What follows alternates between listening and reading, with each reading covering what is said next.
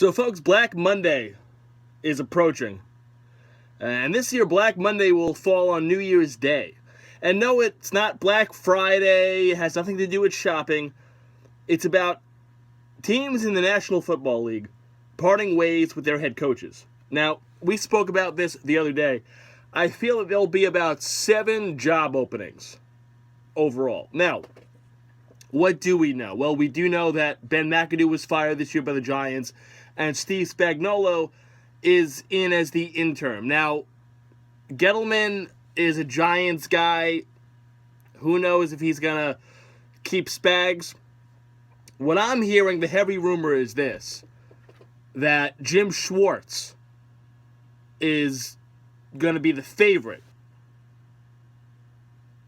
for the New York Giants head coaching job. Now, we did say Gettleman would be the favorite for the Giants GM job, but again, it's not like we're breaking ground. That was a no-brainer.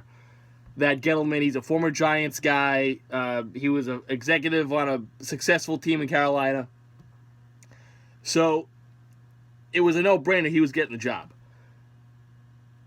Watch. Jim Schwartz will be the next head coach of the New York Giants. You watch, mark my words. But, so that's one opening.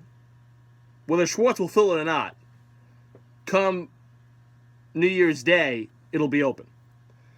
The Bengals, Marvin Lewis, instead of waiting to get fired, he announced weeks ago that he is going to step down and there's other opportunities out there. Okay. So you got the Giants, you have the Bengals. Dick Codier in Tampa Bay. Tampa Bay struggled mightily this year. Is it the coaching? Is it Winston? It's a number of things. However, this team was too talented not to have a scapegoat. You're not going to trade Winston, are you? No. Someone's got to go. That person's going to be the head coach.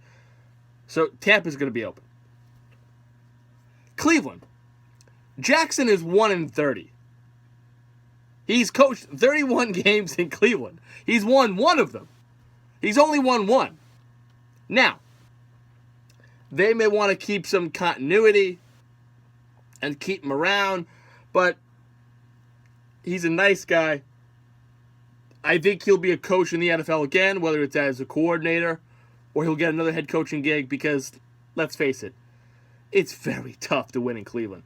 However, 1-30 is really bad. And ownership kind of said, hey, we like Hugh, we're committed to Hugh, but you're 0-15 this year, and you're looking at an 0-16 season, so that may change. And also, you got to figure, is a head coach in professional sports going to survive a winless season?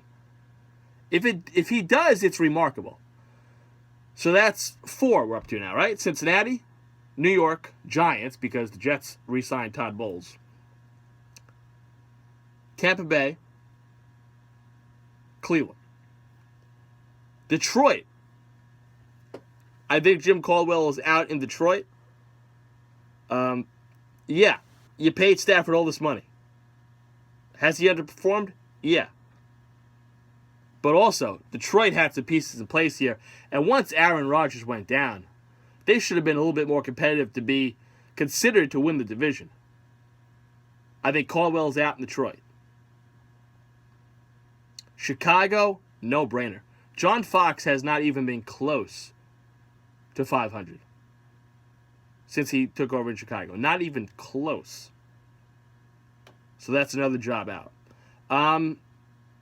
Maybe it was 6. Maybe it was 6. We have the Giants, Bengals, Browns, Bucks, Bears, Lions. McCarthy's not going to get fired. Honestly, I would clean house. I would tell Thompson behind the scenes, listen, Ted, you got to retire. I would let McCarthy walk, but they're not going to do that because the Packers, they just don't do anything. I'm sorry. They don't draft, they don't do anything in free agency. What do? And they wasted Aaron Rodgers. Wasted him. Yeah, you got one Super Bowl title. You got one. One. Jets, no. Bowles is staying. I don't know if they'll take out Jack Del Rio. They may give Del Rio one more year, but the seat definitely got warmer. Oh! The lock of the night, Chuck Pagano. That was 7. for the Colts. That's 7. There is no way. Listen, I've been saying after the 2015 season, I said it after the 2016 season. First of all, after the 2015 season, I said he was gone because there was just so much friction between him and ownership. I thought he was out. 2016, last season, I thought he was gone.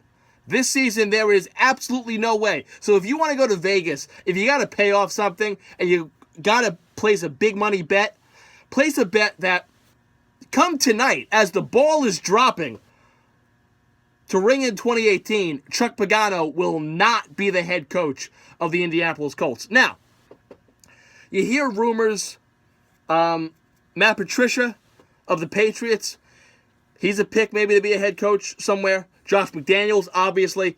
I'm hearing John Gruden again.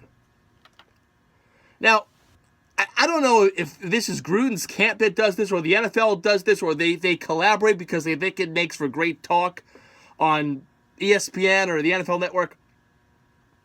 If I'm John Gruden, I will say this, though. Since Sean McDonough took over, and no disrespect to McDonough because I love him, I think he had a better relationship, Gruden that is, with Tirico than McDonough. And from what I can hear, he doesn't sound like he's having that much fun in the booth anymore.